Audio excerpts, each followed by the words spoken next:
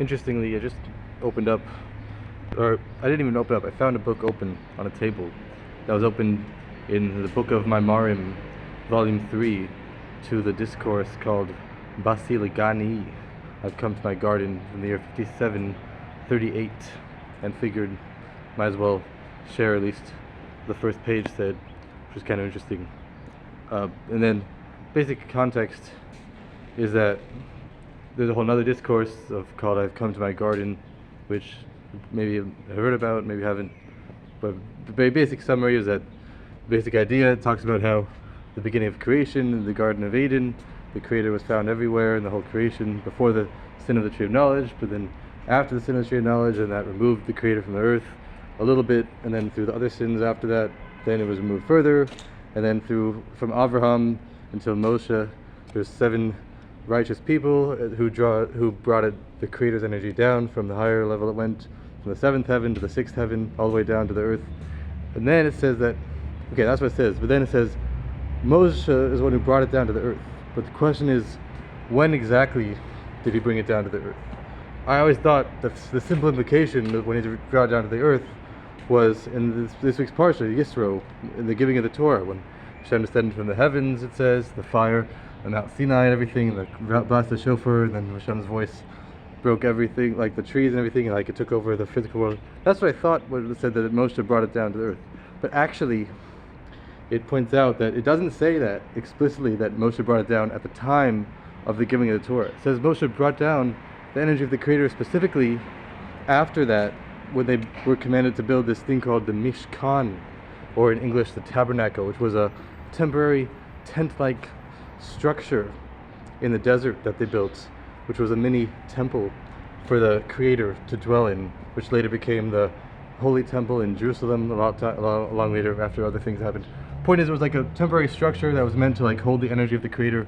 It was meant to like hold the ark with the tablets, and also they had an altar with the animal sacrifices, and both of those together, and other things like other specific things they would do that would draw down the energy of the Creator in all the worlds. And so at that time it says then the Shechinah came down like it was at the time of the Garden of Eden, basically. But it doesn't say that it doesn't refer specifically to the giving of the Torah, even though the Creator seemingly also did come down then also.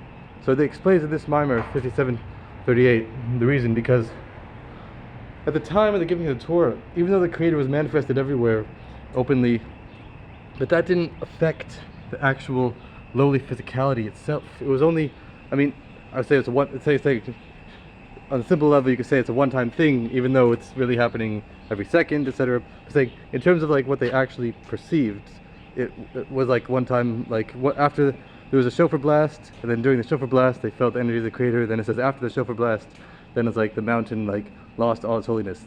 It was only like in that context it was a temporary thing, even though it's really happening every second, every day, etc. But in terms of like what they realized, it was like just for the moment, because it was only from above to below, and it didn't actually, it also affected the whole world, etc. But in a revealed way, it didn't like elevate the lowliness itself. It was mainly a revelation from above, even though it also affected the world. But in terms of it itself was a revelation from above to below. But the tabernacle, the Mishkan, the temporary structure, the tent-like structure they made in the desert, that's something that was made by the actual Jewish people themselves through their own efforts. And when they put in their own efforts, when they donated all their money and materials and stuff to build it, and then after their own efforts, then Hashem was dwelling in that. And then when Hashem dwelled in that Mishkan, after the people donated it and built it from themselves, then that elevates the lowly world itself. And it says that's also applicable now, which we don't have the Bais HaMikdash nowadays until Mashiach comes. We're saying the point is that every person can make oneself a mikdash, a temple for the Creator.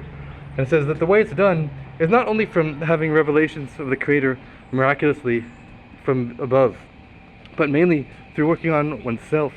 And that's what's able to help, so to speak, hold the energy of the Creator for a more permanent time, and to transform oneself with the energy of the Creator. Not only to have revelations from above, but to like one's works on oneself through transforming the darkness in one's own physical life to the light, etc.